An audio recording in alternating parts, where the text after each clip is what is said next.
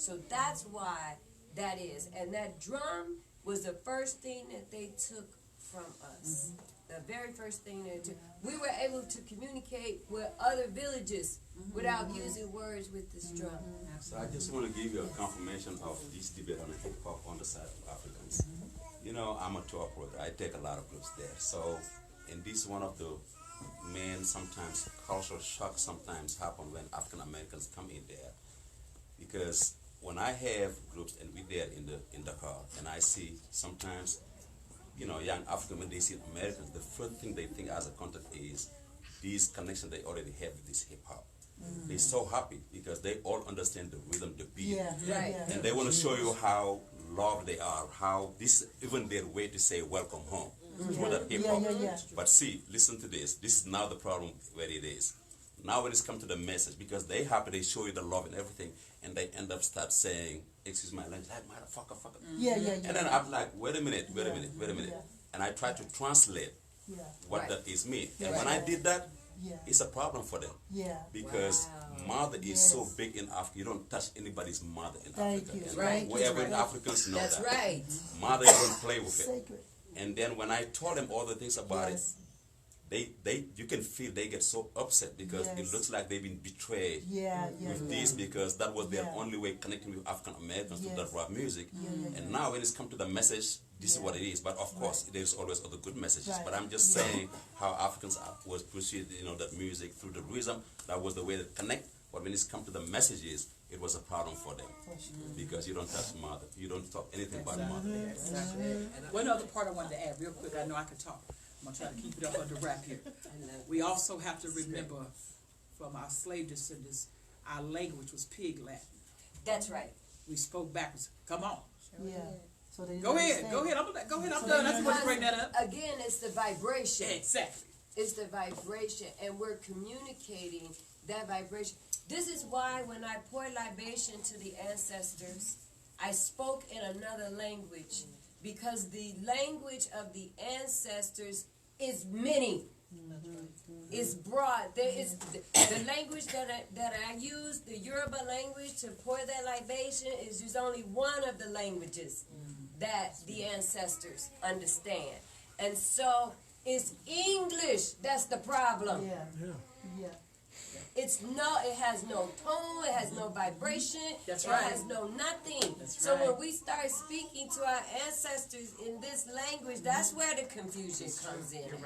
So everything, this is why we had to have Pig Latin. We didn't know we was making this language up, but we knew how we felt when we spoke it and we communicated in that tongue, okay? That's where speaking in tongues come from.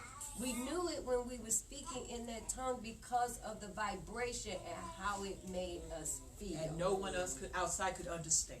Except for the ancestors and the spirits that are listening to us. And we know that because of the way that we feel. Yes. Now I got a question. How is it that our ancestors, being of Africa, understand Pig Latin? That's Italian. So I ain't buying that one. I'm sorry. I can't. Wait, what did you say? I said, how is it that our ancestors who are African understand us better speaking Pig Latin, and then first of all, pig nothing in Africa because they're Islamic. They don't touch a pig. Then Latin is Italian. So I can't embrace that one there. Before we go further, everyone, before we go any further. There's quite people in the audience with questions too. Okay, before we go further, I didn't mention this at the beginning, but I'm going to mention it now. And I should have mentioned it, but just know, and it may have seen it on the sign at the front, that when we speak in love. And we won't always agree. We won't always see the same eye to eye, and that is okay. So sometimes we'll just agree to disagree. This might be one of those times. So be sure that anytime we speak, we're speaking in love and an appreciation for what the next person may think or feel or want to say. And if we don't agree, it's actually okay. Did you have a question? Yeah, I did. So for like the African people from Africa. So you know, in America we have the story that like we were taken. Do you guys tell stories to your generations like of what happened? Yeah, I mean, you know, this is one of the main things I do. Again, Yeah. I'm a tour guide, and again, anytime I approach this kind of talk, I'm always telling you, this is not something I get from a book. I didn't learn it from school, because I don't go from the book, I don't go from school. But I go from, again, you said it, we have fathers, great-grandfather, and whatever they said is come to us. And I always say that from the way I learned slavery, that was happening here, and many of Africans, the way we know it is totally different. That's the first thing. And then from us, we see that, you know, and it's even shocking. I'm gonna share this with you. When in, I think it was 86, when the movie Roots came out of Kunta Kinte, many Africans country who broadcast that movie on TV, 76, they didn't finish the movie. I remember I was the little one. And when the movie came out, we was watching it, we was all shocked in Senegal. But when it's come to the point when Kunta was going to be taken his tooth because they asked him his name, and he kept saying my name was Kunta Kinte. And they wanted him to say Toby. So that was the point that the movie stopped in many African countries, because we was out killing white people. But they never said that. I was in the car going, looking for just to show you that African didn't know certain things. Because how come you know, and then they show a movie and now you want to go and just rebel? So I always say that as an Africans, we don't need to live 300 years back to understand what happened today, because nothing changed on African culture and tradition. We still do the same thing. And you all know, by being around with white people, that also nothing never changed. The form just changed. But the way they doing this thing right now, that was the same thing 300 years ago. They just changed the form. And if you look at now, what they're doing is, it's not us selling our own people. It's them coming do whatever they do to mess it up. That was the same things 300 years ago. What they did to make things mess up, where that make you all come in here. And as a professional tour guide, bringing African Americans, when they see them and they see that, they have a lot of questions. They still say, why you here? They still don't understand that. And the thing is, we all know that white people are always taking by force. The form might change, but it's taking. And that generation of Kunta Kinte, if you look at the movie, that was the last generation that was taken by force in Africa to here. But how they take them, they will find them in the bush and get them by force. If you take something by force, that means that there was no negotiation. You came with a different technique that failed, and now you start taking by force. So we don't buy that. We do know that in Africa with the Arabs, we used to have the type of slavery. But we have to be very careful with the type of slavery too. Because if you come in Senegal and you ask me in my language, do we have slave in Senegal? I would say yes. I have a slave. But the slave I had is what we call jam, but if you translate it into English, it became slave. But that slave is who? When I have a naming ceremony or wedding, I have in my family some of my slave. They're going to take care of the chair, food, feed the people, do the service. And at the end of it, I'll just give something. So he's my slave, and I have one, and I have more than one, you know. So we just have to be very careful to how we rewrite, how we re-understand what the story about two, I think, to see where we're going, because that hurt, and that's something that's been in our chest for many years. And I think that's the reason why we're trying to create all these dialogues as possible, so people can see the understanding of how things work. To answer that question, also, I think Joy would be good to answer that, because we sat and had lunch the other day when we met, and I love her. And she spoke about how here a child may be missing their mother, but in Africa a mother was missing her child. Yeah, I'll use my grandmother as an example, but she's gone a couple years ago. She was passed on. Before we got independence in 1963, if I remember, we had the war between African and Kenya and the British. Could you speak up a little? Yes, and the British. So my grandmother lost one daughter, because my mother and the sister, they happened to be in the hospital. And in the hospital, when the people came the army from Britain, they kind of took now who would be my aunt, because she was my mom's sister. My grandmother never seen her again. And even to her death, she always asked me, Joyce, can you see if you can find my child where you are, because she was just taken from the hospital. And I remember because when I came, I was in New Jersey, and I went somewhere in the gym. It was a YMCA, and I was standing there, and this lady came and she asked me, "Where do you come from?"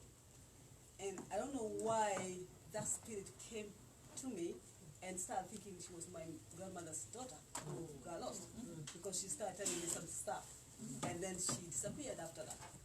So I told my grandmother about it, and she's like, "Why did you not follow up?" So basically, what we can say about that is that in Africa, there is a mother whose child was taken, could be her, and nobody knows. And they were brought here, and they became a descendant of America here now. But they do not know where the mother came from. So there's a mother in Africa who is asking, "Where did my daughter go? Where did my son go?" And over here you also hear people saying, "My family, my generation, my descendants, they're from Africa." So our question is always like, if you feel that way, in humble way, find out, like they start doing the DNA. Find out where you come from. Go back, visit, start visiting many countries, because we welcome you. And find out exactly where your ancestor came from, and then you can find out your root from there, and then we all live in peace. Because sometimes it becomes like a battle, because people are angry, but you don't know why you're angry. But yet, like he said earlier, when we are in Africa, we don't even think about it. That doesn't cross our mind. Because when you come, we welcome you, you become one of us, you eat, you sleep with us, we do everything. We don't even show you that you're coming from America or from somewhere. We forget all that. You become one of us. And we try to make everybody welcome. So we become one. So we always have that door open. Now I'm happy to hear that he's doing that, where he let people go find yourself. And just know that nobody gave anybody away. We didn't do that. And for us, especially our generation, we have no clue how it happened. We hear. And adding up to real quick, I also met this lady in California. We went to a church meeting. We are outside in the parking lot, and we are talking, we are all friends. By the minute we finished talking, she attacked me. She's like, "But do you know your people give us away? Why did you do that?" And I'm like, I have no clue what happened. So all I know is that we are all brothers and sisters, and you're welcome to come to Africa whenever you want to come, and I'll welcome you. But when you ask me about the ancestors, I have no clue. They have been gone, they're gone, so they are the ones who can tell us what happened at that time. So to us who are here now, we just open the door for you guys to come and just visit and get to know more about Africa. We are a big continent. It's a big continent. We are all so many tribes, and majority of us speak, I can speak like 5 languages when I'm home. So when you come, it's hard to tell you come from this tribe or you come from that tribe, but somehow you fit somewhere. So all we can do is leave the doors open for everybody. Yeah. And also, I got a point. Because, like what she said, when the slave trade was going on, like I probably wasn't even born then. But then we shouldn't forget that all of us. So it's the same. It was the stories that were told to us. But then not to forget, Africa was being colonized as well. So there was still a lot of fights, and colonialism didn't just. It was still the white man still trying to wipe off our culture. Strip us off of the identity that we had. Because before they came, we had our own political system. We had our own governing system. There was a way we settled disputes. There was it was kind of like, I wouldn't say one tribe, but they had to come and split us all up by languages. Even though the culture was still kind of similar, but they had to separate all of us. That's why we have the tribes. So here we're doing racism. In Africa, it's tribalism. Everyone's fighting over lines, territory. Same thing. So I think while the struggle was going on here, in Africa they had their own fights. You know, they had their own battles to do. So in all of this, it was still us trying to preserve what we knew, what our fathers taught us up until this time. So that's how the culture or what we know is still being passed, but it still causes some conflicts. Because in Africa, you still have the people who would say, I don't do traditional stuff. They want to do it the Western way. That comes with the religion. We can see that Christianity and then, you know, the traditional way of worship, the ancestors and all that. So that struggle is still there. It's us still trying to hold on to what we have and what we should cherish what we have and stick with it and stick together. You know, take out all of the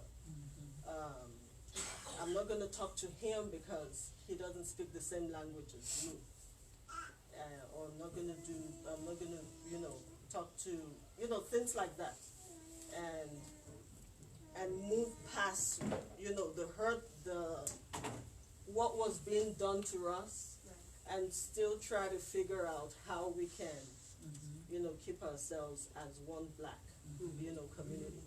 Being here in the U.S., I don't see you different from me. The only thing is when I open my mouth to speak, then you'll be like, okay, she's different. Where are you from? I hear that a lot, you know, from Nigeria. You know, that's my identity. That's me. That's what I know. You know, but I don't see myself different from you. So when you guys come back home, it's with open arms. Everyone's welcoming. Like, you know, you're my sister. You're my brother. Watching us, seeing the things, there's things that you're going to see and you have better appreciation for. Or it probably would give you a better understanding why maybe your grandmother did the things that she did, because it was something that was passed on to her from, you know, her ancestors. So it would give you a better understanding of why, you know, you grew up doing things a certain way. So don't be shy or don't be too afraid of, you know, coming back to the roots, like trying to understand, because we're still getting to understanding, you know, ourselves or what happened back then. But both sides had things to fight. They had devils to fight. So while slavery was going on here, they were still, you know, wreaking havoc in Africa too. Yeah. So just Thank you all. That was good. That was good stuff. Yeah. Can I say something? Yes. Like he mentioned the term slave or slave. Why is it that he mentioned it like as a worker, as an employee, but in America we look at it as something else? Can I answer that, guys? Yes. Well, as we know, like, slavery's happened everywhere around the world in one way, shape, or form. African slaves that come over here from transatlantic slave trade, the experience that we've had in this country was just far greater, barbaric, far deeper of a pain, of a cut, of an injury to us as a people, to the point that, I mean, I'm sure there are other people that are still They call it the experiencing. peculiar institution. Peculiar institution. Yes. Which took slavery and gave it a whole different definition. All right. Anytime you have wars, I don't care where in the world, whoever the victors are, they take the people and make them slaves. All right. But the difference between them and how the Americans handle it, or the European, is, like he said, you brought them into the family. Usually, after so long, they're allowed to intermarry and all that, and they kept their language, they kept their culture. That didn't happen in the peculiar institution. They took our language. They broke up the families. So it was a whole different connotation about what slavery was than what it originally started out to be. This is true. Well, I wasn't aware.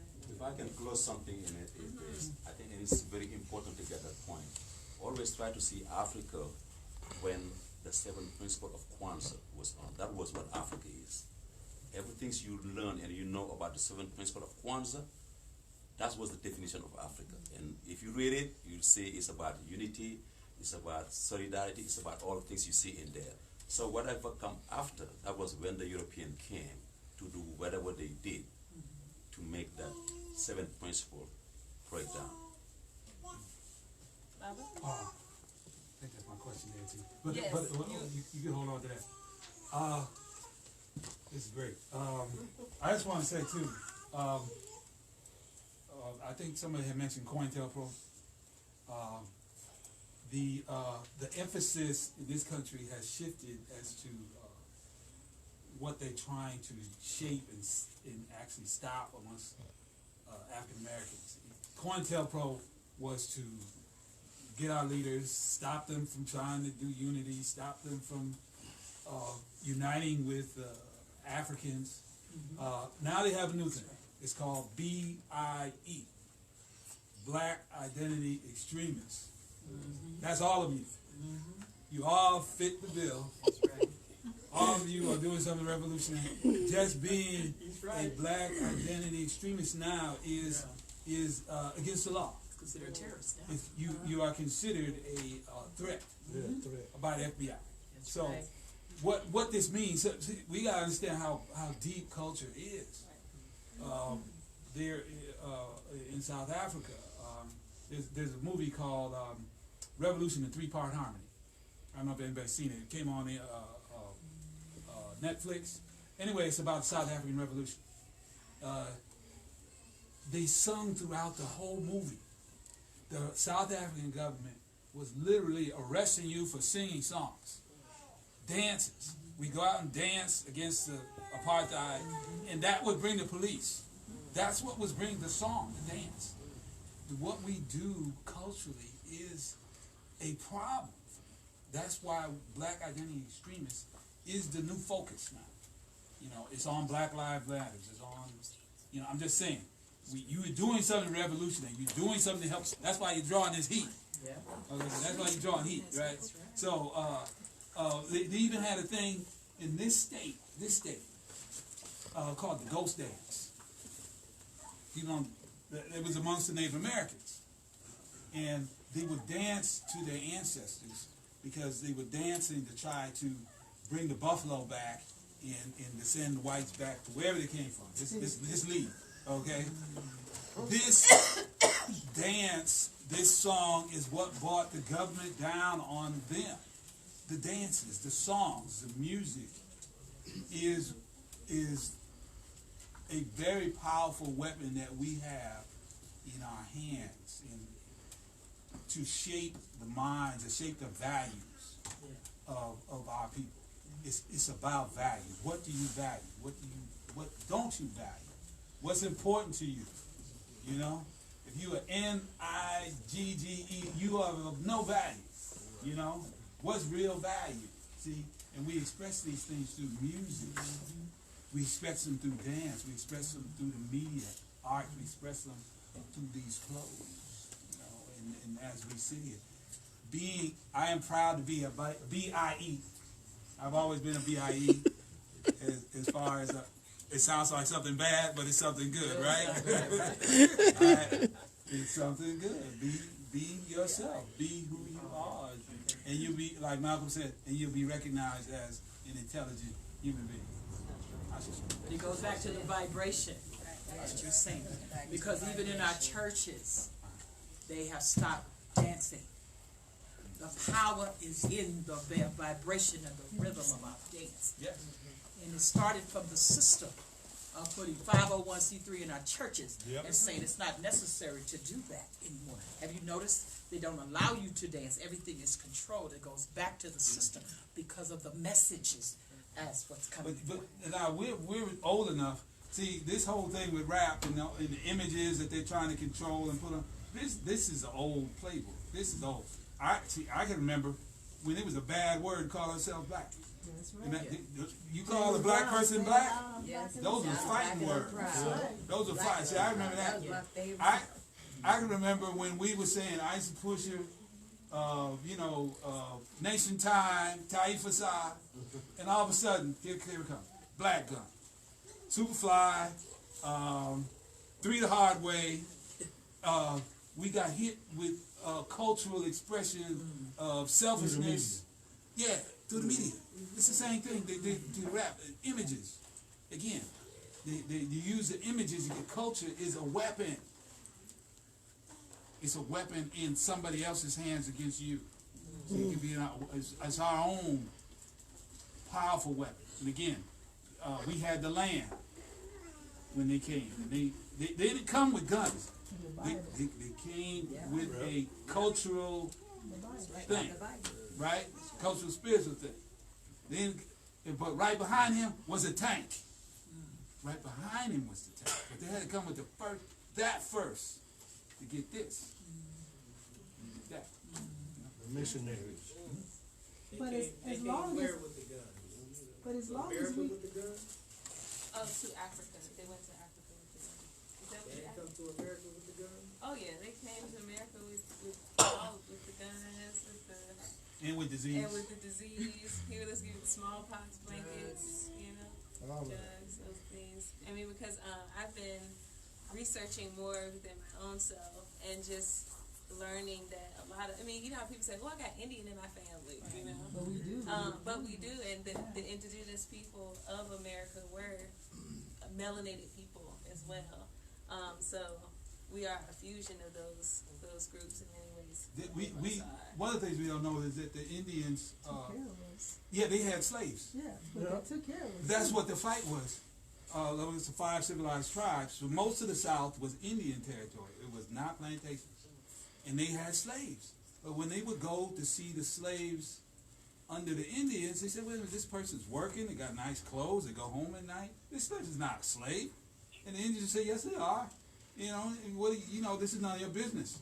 And so they attacked them eventually under Andrew Jackson and took their land, gave them nothing for it, and made them walk to Oklahoma in the winter. That's what you got Trail of Tears for, is that, stealing their land. But one of their main problems was that it was an embarrassment as to how they were treating black people and Native Americans and other white people that they enslaved as to how the Native Americans were doing it. And they weren't having any of that stuff. We need to learn that history because that history is hidden. One day we're gonna have us a good old history sit down tomorrow. Yeah, right. Lecture, yep. I just wanted to add on, as long as we allow other people to tell our stories, it's gonna be their story. Like you were talking about Superfly and Shaft. No black people made those movies. They if you put your dollar up, then you can control the story. But as long as someone else is paying for the story, just like in Roots. Yeah. The reason why a lot of things got written in Roots the way it did, because white man said, I'm paying for this, and this I want this story to read. Even though we have to dig deeper. But one thing about people of color, we have to start putting our money up and telling our story, not allowing someone else to do it, because that's why it's called his story. Right. Can I say something? What do y'all think about the fact or the view that melanated people look like just like us were already here? How do we feel about the viewpoint of that melanated people were already here prior to the Europeans Or the coming? slave trade or Or the the slave root trade. story and all Mara has a great story about that he's told me before. I mean, again, anytime I talk, I'm always, like I said, it's not by the book. It's about what I experience in Africa, what I hear ancestors talking to me. And still now, when you go to Senegal, we believe, we Senegalese, we are the one to discover America. Okay? We have this place in Saint-Louis they're known to be the best fishermen, and they took their, kayak and they crossed the Atlantic Ocean. If you know geographically where Senegal is located, it's stretching out into the Atlantic Ocean at the meeting point of Europe, Americas, and Africa. That's why the slave trade point was very important in Senegal. So we believe those fishermen, with their curiosity, they said they want to see what's happened after this ocean. So they went. And Africa, we always have our regional chains and stuff that to look, because we didn't see them coming back after a couple of months. And we believe that some, future tellers, they seen the arrival of those black into another land, and they met with another community, which we believe was the Indians. And today, if you look at the Indian tradition with their heartbeat, all is African roots. So which means that those Africans, they made it, and they met those Indians, and they were fine together at one point. And this is how we said it. And that's how we believe then things start spreading in the what I know about America. And of course, we always have these talk about when the blogs, came out and these people were here and changed colors and all this kind of scientist explanation.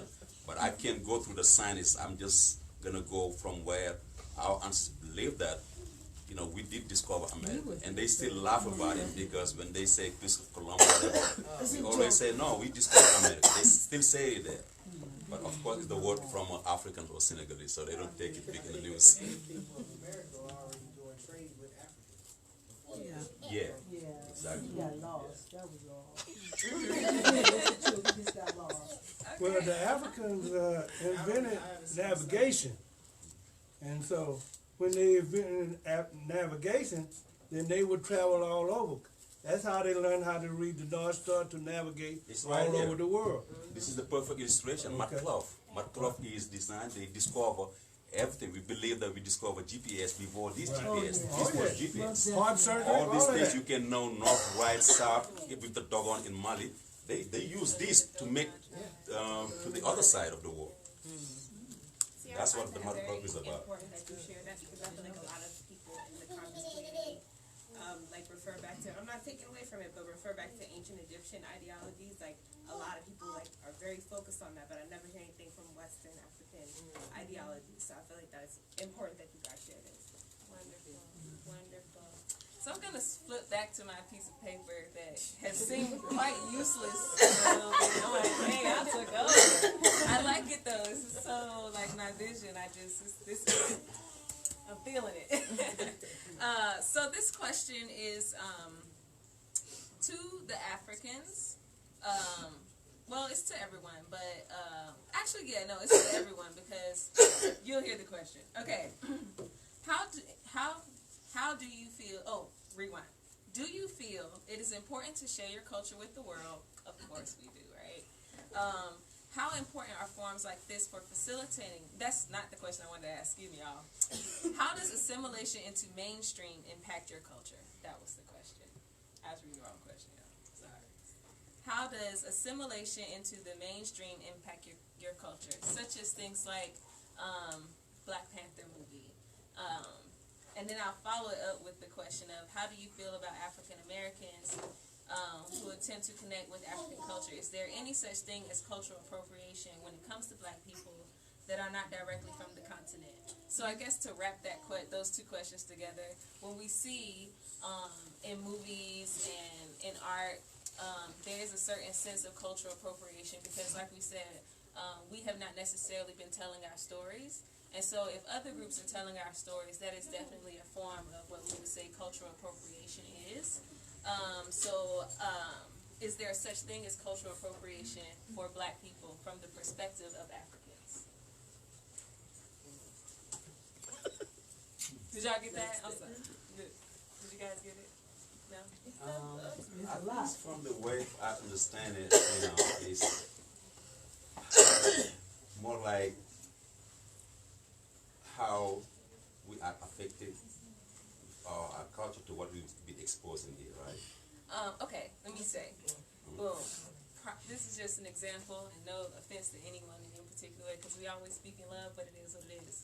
So, to me, cultural appropriation could be, just by example, if a person that is not African were to walk around with, say, what Jerusha has on right now, and they're just, you know, they're wearing it and they're moving from this place. So it's like, that's not even you though. Or when people wear costumes for October with Halloween, and they put on, if they were to wear an African outfit or dashiki, that's a form of cultural appropriation. So do you feel that is a thing when it comes to black people in America?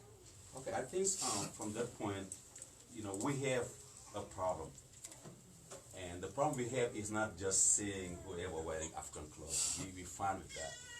But it's when it's come to certain ways traditionally that we do certain things. That when we do it, like when we see you playing with our mask, those ending mask example, you know, wearing it a certain way, because those are sacred stuff. You know, and even the djembe, I mean, we happen now to see a djembe in here, but normally a djembe should not be in this land without being blessed and authorized to come to oversee. But you know, with commerce and money, then people start, like me, shipping containers and bringing it. So, but normally, when we talk about djembe as instruments, you know, he knows we're talking about the djembe fola. The djembe fola was the one that is just dedicated to the djembe. When you see real djembe fola playing djembe, you see fire coming out of the djembe. So in Africa, it's very complex to just make it in one just piece, because we're talking about 54 countries, 3,600 ethnic groups. Many as like for languages. It's big. Even us as Africans, we get lost in our own country. I travel all over Africa. It's different from everywhere. I'm a Senegalese. Gambia is next to me, and I go to Gambia. Sometimes I can get lost in certain things. But we do know that when it's come to certain things that we use, it's appropriated to certain people. It's not just you as an African American using certain things that have to feel a certain way. But even as an Africans, like, I can't dance. I can't be a drummer. That's why I'm organizing, I'm putting together events like that, because I'm not authorized to drum. I can't be a drummer, and I can't be a dancer, because our society is organized in a certain way. I can't have dreadlocks, because dreadlocks is supposed to be certain people. You have to respect those who are in it. I used to have it, my father, I have to take it off. No matter how much I love it. I can't be a George Smith, because we are divided into those things. And this is where all these castes and tribals came, where we have to respect each other to the difference you are. We can't just step in anybody's feet. So now when we come here in America, I sell in different festivals. Sometimes white people come in and just ask me the question, oh, do I feel offended that I wear the dashiki? I'm like, no, first of all, dashiki is a symbol of togetherness. That's the whole symbol of what dashiki is about. It's unity. If you look at the design of dashiki, that's the whole symbol of it. And we all know that Africans is, black in general, we are given. This is the fault of being a good given that create all the chaos we have right now. If it was nasty from the beginning, nobody will touch us, but it was too nice. So we share. And from sharing, those can be used for other means of using. But when it comes to clothesline, you know, the way the Nigerians dress up is different from the way I dress up. You know, it's all different. But it's when she dresses up like this is a Welsh dress up. I just believe she is. That's why she's dressing it like that. And I think that's why some people seen us sometimes to be arrogant, because our arrogance is nothing like, if we believe we are king, we carry ourselves as a king. We don't care how we think. This is how we are, that's what we believe. And certain way of dressing up is an expression. We can understand where you come from the way you just dress up.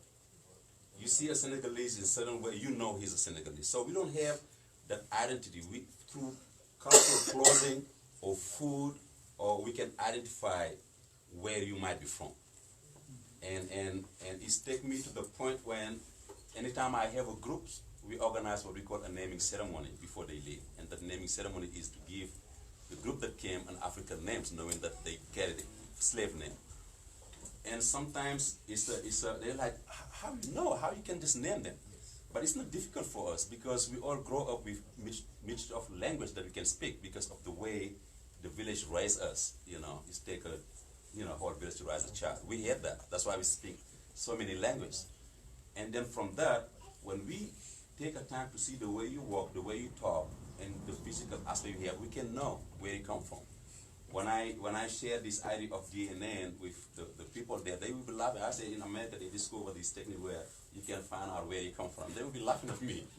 Like it's crazy because for them they can see anybody to the look and know where exactly from. Yeah. And I still can do it. Whoever's here, I can see Fulani, I can tell exactly where you come from without going through any DNA. It's easy for me.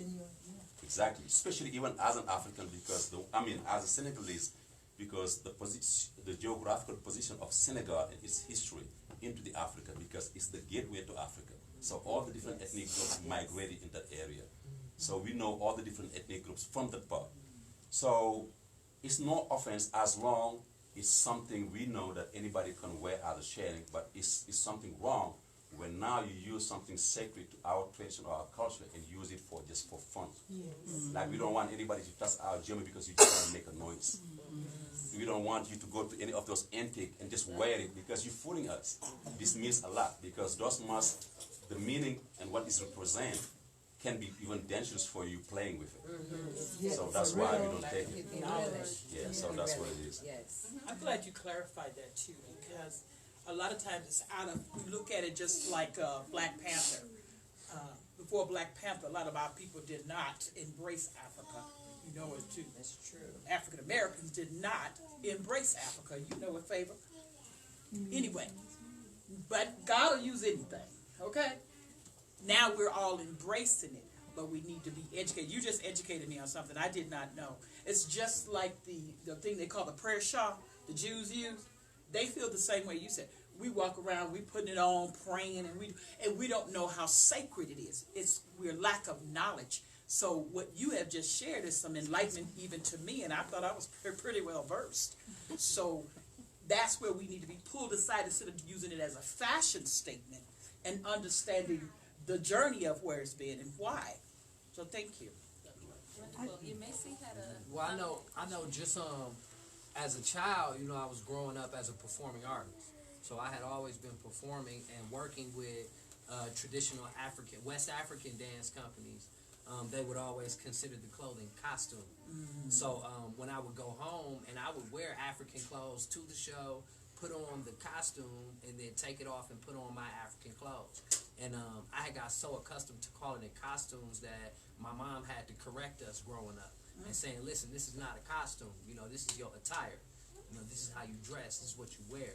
And she actually forced us to wear African clothes with our school uniform. So we would wear blazers with a kente cloth tie. And I would get talked about horrendous, like all the time in school and get into fights growing up because I was completely different. But I always understood that what I wore was very, very special and it was rare. And even now, today, in my music, I talk about foreign clothing. And I speak specifically about wearing African clothing because young people today will wear the Ferragamo belts and the Fendi clothes and the Gucci clothes when African attire is just like that. And it's very much foreign, very much hand-stitched, and it's actually worth more. It's actually, so, I think that when we're talking about, African clothing and being connected to culture, I think that we just need to make sure that we're teaching young people what that is about.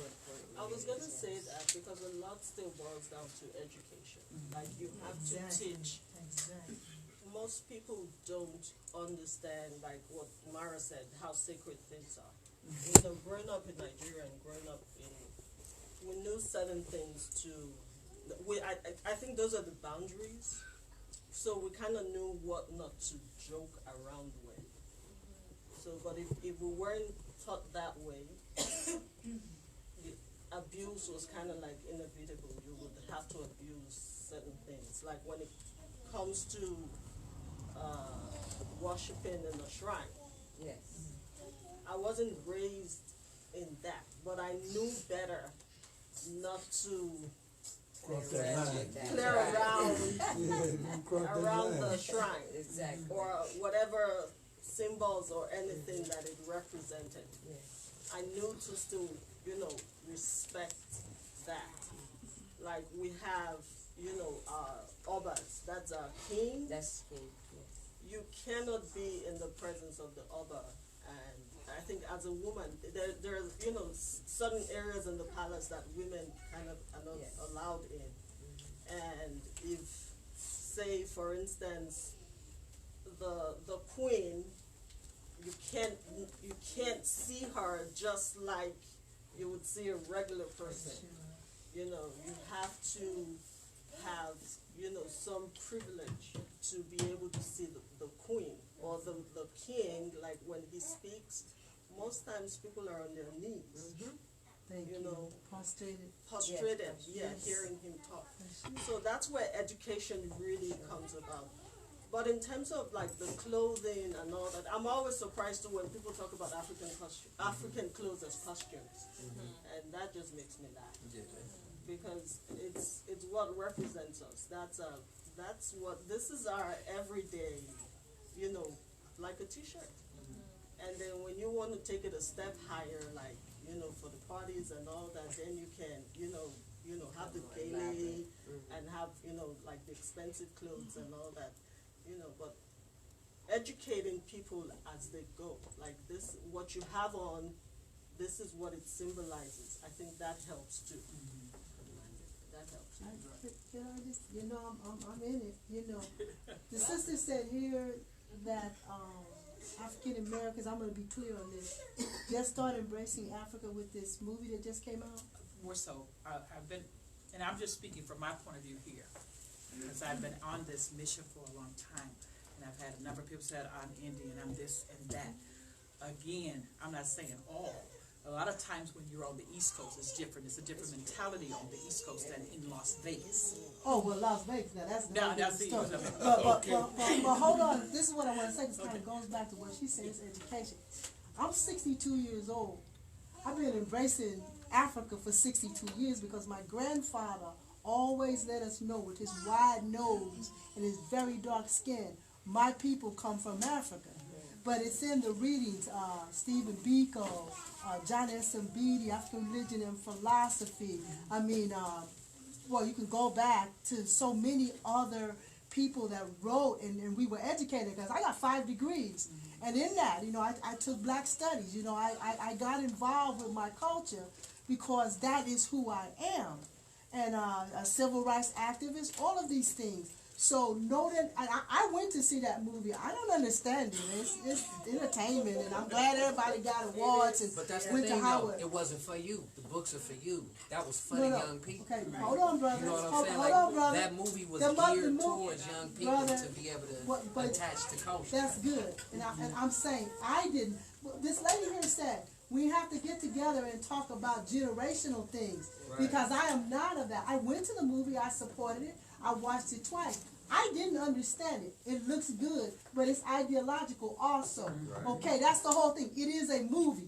And that's what we have to do in terms of our culture. Look at what's a movie, because again, as I said, who paid for the movie? That's the movie's always going to be told out of the eyes of the person that pays for it. When we start doing our own movies, then we're going to get the real story. I agree And with so that. it's good, but I just want to go back to the sister and say we have been embracing Africa, sister, for a long, long time. I'm speaking from Las Vegas Yeah. point of view. Well, First that's of all, different. culture-wise, East Coast is, I lived on the East Coast Yeah, too. so But you I'm know, a native, I definitely. was born here. And it's not to put a damper, again, I had no identity from Las Vegas. The identity came from the spirit that's in me. Because even though we were ripped from the womb of the motherland, the spirit of the mother was in me. Okay? So no, I didn't read a book. I'm like you. Everything, it was in me. I had a mirror of a queen of a mother. But again, we didn't have the ancestors telling us the story. You were fortunate to have I'm that. from the Midwest. I'm Ferguson, y'all. Yeah, but I'm okay? saying you were So very fortunate. We have to fight there in Yeah, St. Louis. I'm just saying, okay? it was, East and West Coast was different. And Yeah. Las Vegas different than any Yeah. place. Am I right, Las It Vegas? is. It is. Okay. And so a some lot people of that don't know history- that Vegas was considered the Mississippi of the South. Exactly.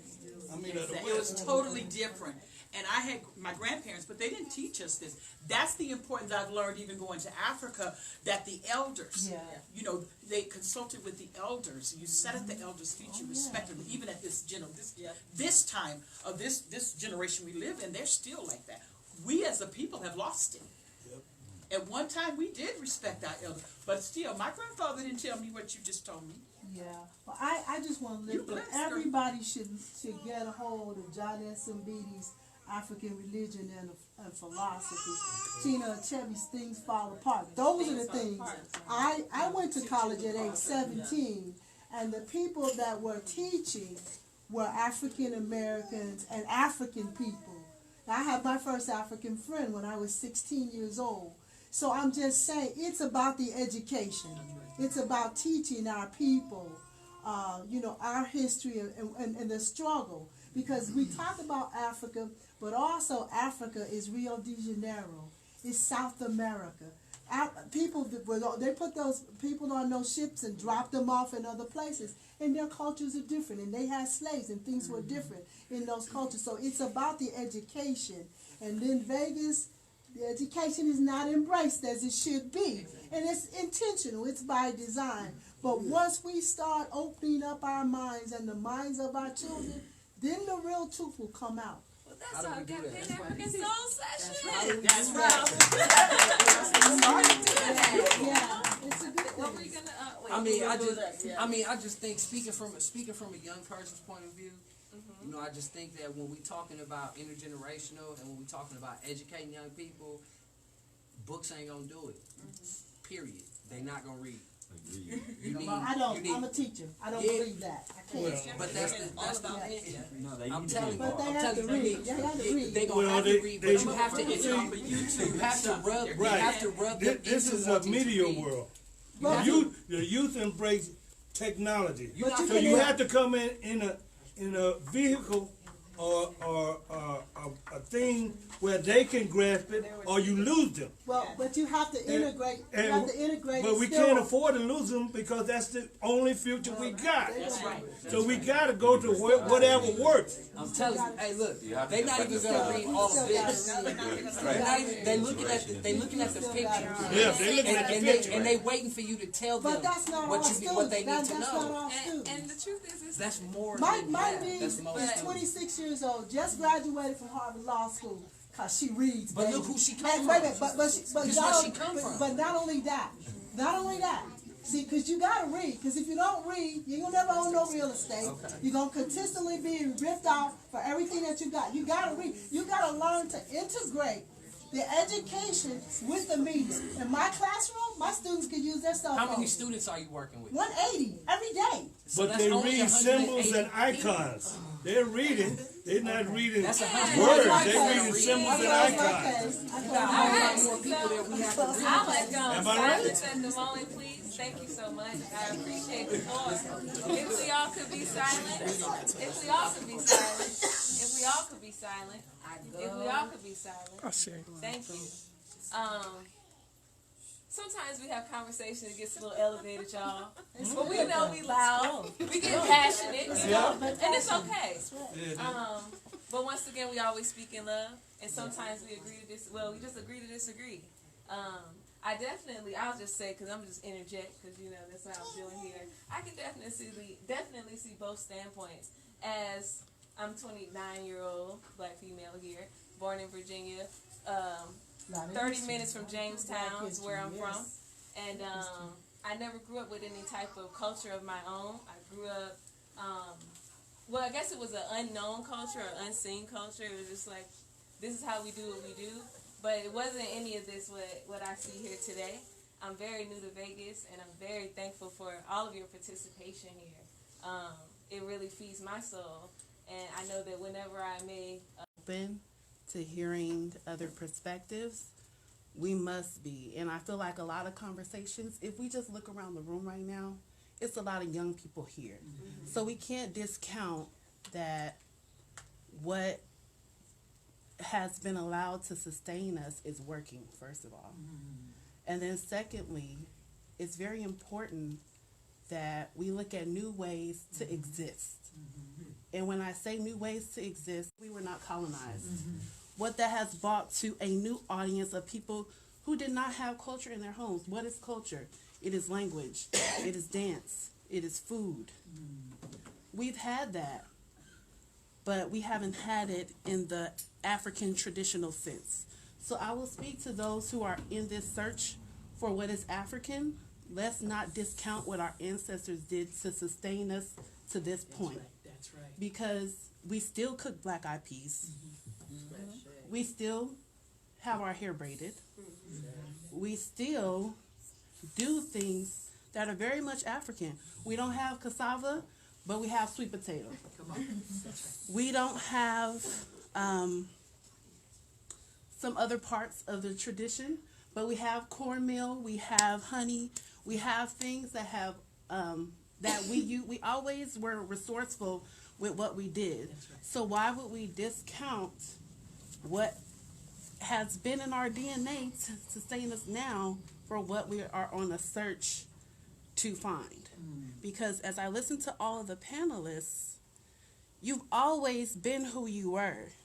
You've always had everything that you needed to exist. But the connection piece was the why. Why am I here? What is my purpose? The story has always been there.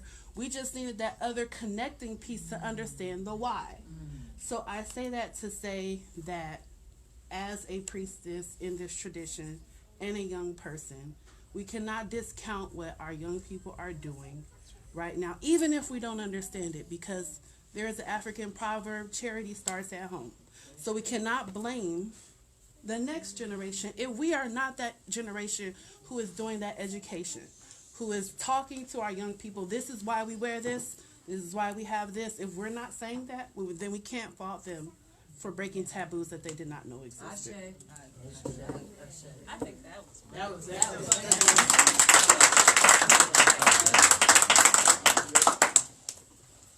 That's wonderfully that was said. At least what I can add from it, again, anytime I say something, I'm saying through the perspective of being an African and how I grow up and what make me stand and what make me who I am today. And again, at the very beginning, that's how I introduce myself. I'm a pure 100% African school. I didn't use any American school, any American university, any Americans, nothing. My everything is Africa still now, being here for 22 years. What I do here is African made. It's nothing US made. And I always proudly say that, I'm that really pure African products into America.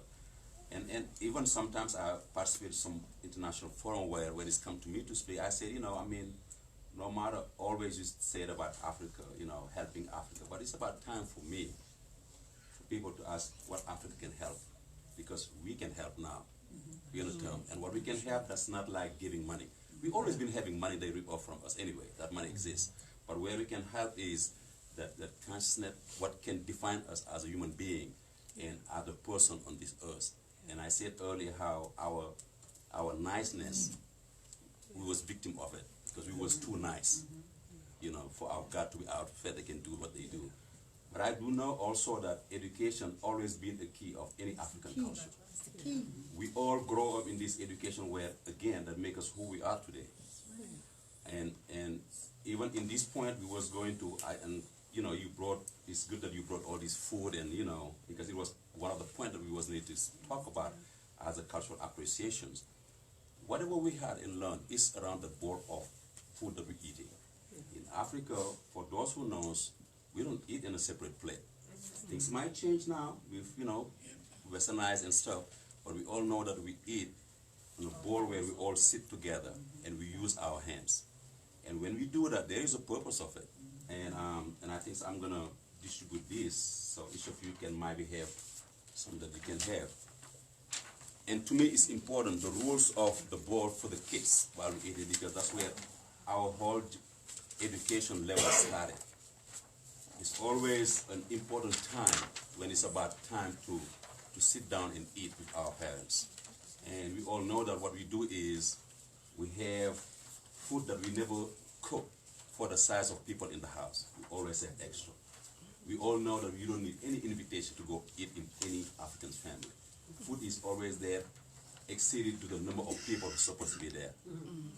And we eat in the bowl because we want to make sure that everybody has place on the plate. Everybody has place. And then what we do is, we know that women will sit with women, and maybe that's where sometimes segregation of women and men might start in your mind, but that's how it is. Women's mothers sit with all the kids, and then men, of the house sit with the boys. And then because we believe that the whole terms of education start right there. And if you hear me talking, I mean, I never mention any sect or fruit or any scientist, and I did high study. I know about all those philosophers. But I always say what my father said or what my grandparents used to tell me, because I do know, again, this book is a story that somebody wrote for me. But this, at least I know that that's from my father or from my grandparents, and I see that. And through the type of education that make me believe, again, to say it, we have the best. Because what we have at the best is we there in a place where we eat, we learn how to be together, we learn how to share, we know how to humble ourselves, and we know how to respect what we have. Because through the bowl of eating, you see yourself in the future. Because your mom is there. For other one, we all know that we want to have our own thing, but we want to be a good wife as a woman. You want to be a good wife. And the man, you want to be a good husband. But through the good wife and the good husband, the whole life is right there started. And then if you don't know how to be a good wife right there from your mom in the specific time of eating food, I don't see which time where you're going to learn how to.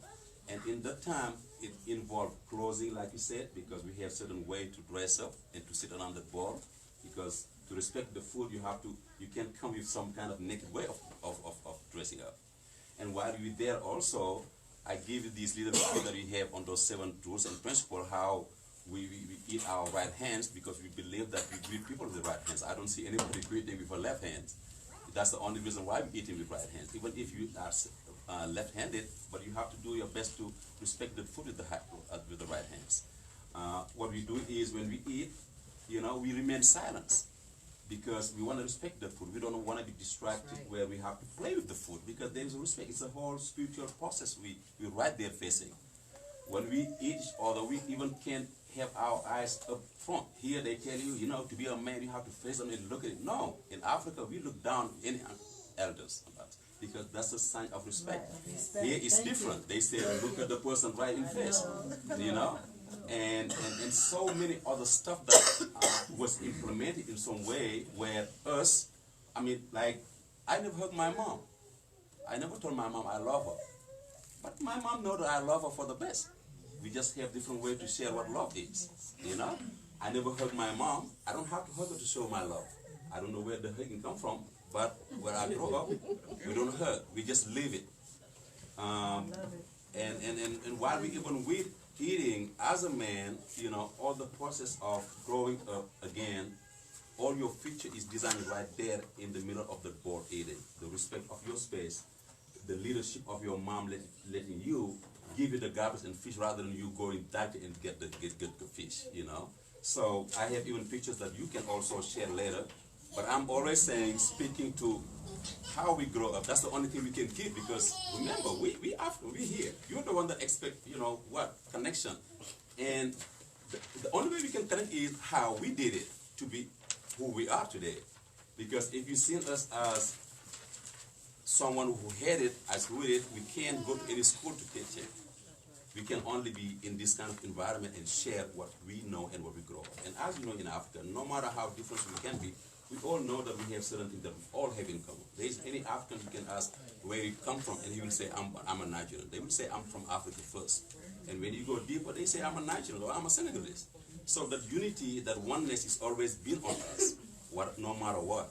But speaking about what we believe we can bring on the table right now is this, how we are educated to be where we are. Or how we can answer a question that is dealing to why you dressing up like this, or why you eating like this. And when the why come, our answer will come right away. Either we know it just naturally, or whatever we know deeper in the story, but we know at least those questions. And from what I remember in the whole history of African Americans, anytime I see African Americans rising, bringing new leaders or being strong, is one, African Americans try to be a little bit Africans. Anytime you try to be Africans, I've seen a power coming from you. Either it was the recent Black Panthers, or even the late 50s when those Black Panthers was divided and African was coming first. Anytime you try to be an African, you became powerful. I'm here, when I dress up my jean pants, no matter how nice I am, they might say, oh, you look cool. But if I wear something just Africans, you know, the compliment come from all over. So that means I got it. You know, why should I let go from the, I got it, trying to imitate something that's not taking me nowhere? So this is the only thing we can put on the table as Africans to build this bridge of togetherness through these dialogues. I just want to share one more thing. The young man, I've heard him several times say about what the generational thing is. In African tradition, you would never talk against your elder. I am your elder. And no matter how you put it. And the thing about it is, an educator, I'm an educator. An educator will never tell a person not to be educated. That's a hater. If I got education and I don't want you to have none, I'm a hater. Amen. Thank you so much for your participation. But we have to know the difference between education and indoctrination, and most of the time that's what we That's get. a whole nother subject. For a whole nother panel. Another hour. Yeah. Hello. I'm just saying. Okay, so we're wrapping it up, y'all. I appreciate each and every one of you. I'm so thankful to see all of your beautiful faces and feel your beautiful spirits in this space today. Thank you to our amazing panelists. Thank you so much. And the closure is, this forum has not only opened up dialogue, it is bridging the divide. And I am honored to be on this panel. Thank you guys for inviting me. And I am just excited, and you're amazing.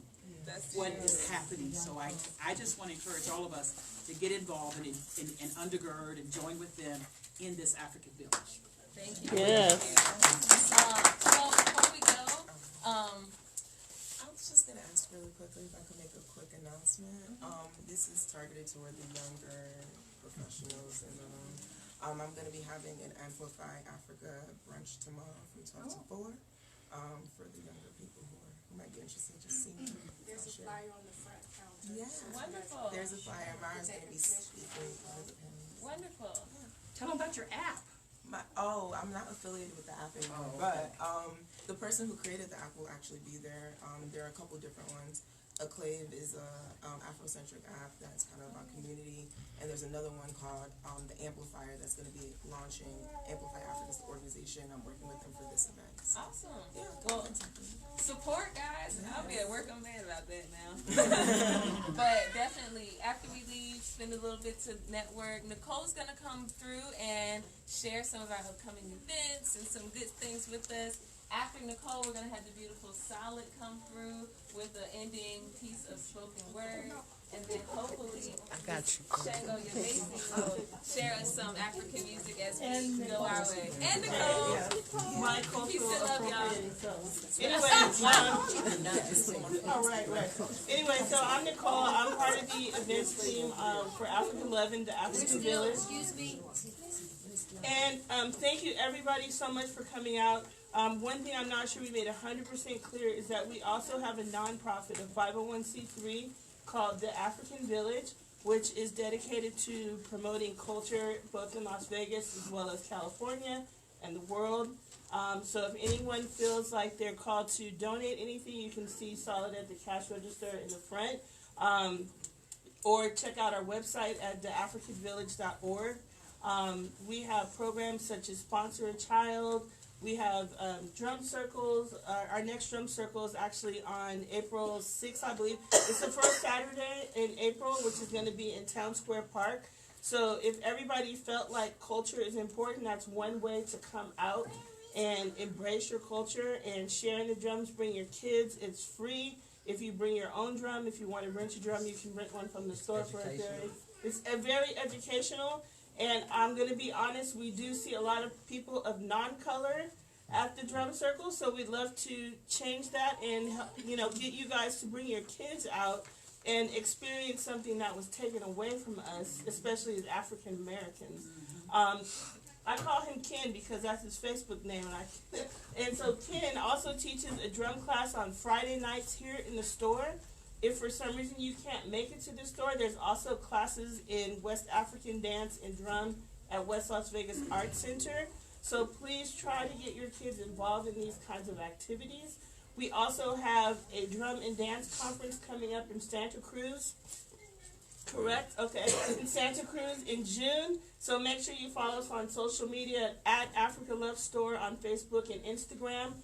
The drum and dance conference is going to bring artists from all over the world to Santa Cruz, so it's a great way to get immersed in the culture as well. We also have a Touch of Africa coming up August 10th and 11th. If you guys didn't see it last year, it's going to be even more amazing this year. We're going to have 3 drum and dance workshops. We're going to have a drum and dance troupe coming from the Bay Area who's amazing. And so we're going to start blasting it on social media pretty soon. Please, if you can't do anything else, please follow us on social media, like, and reshare. We really appreciate your support in the community in helping us do what we talked about today, which is sharing culture with everyone, especially our people. All right? Thank you. Greetings, everyone. Greetings. I am Solid Truth. Was this a productive session? Yes. I feel that it was. I'm so glad that you guys came out tonight, and I want to thank you. I'm going to share a closing piece with you. I initially was going to do another piece, but in light of the direction that the conversation went this evening, I'm going to share Better by the Pound. Is it feelings of emotions? Feelings? Okay. What is reality? Is it the feelings and emotions you express with all your heart? Or is it the frequency and vibration of love that we all look towards the heavens to experience? We are made from stardust, and so we desire to return there. Nothing will separate the human race from the true desire to be inspired. It is how we leave our mark. It's the only way we can come to terms with the inevitable fact that it all has to end sometime. What will you do in the meantime? With all the strength and energy we have remaining in our bodies, we should all be trying to create an inspirational destiny. Freedom from restrictions. Truth seekers, seeking truth. Speaking truth. Truth seekers, seek truth. Speak truth. Truth seekers, truth. True freedom is living without restrictions or limitations. Be free to just be joyful. Elevate your mind and body to the energy vibration of love, and then join the rest of the world in creating our predestined paradise. I'm feeling better by the pound. They say the end is near, but in my heart I have no fear. I finally feel free to just be me. And this world is a beautiful place to be. Through destruction, there is creation. Mind elevation, spiritual confirmation, and unlimited education. I'm feeling better by the pound. I'm feeling better by the pound. Peace and love from Solid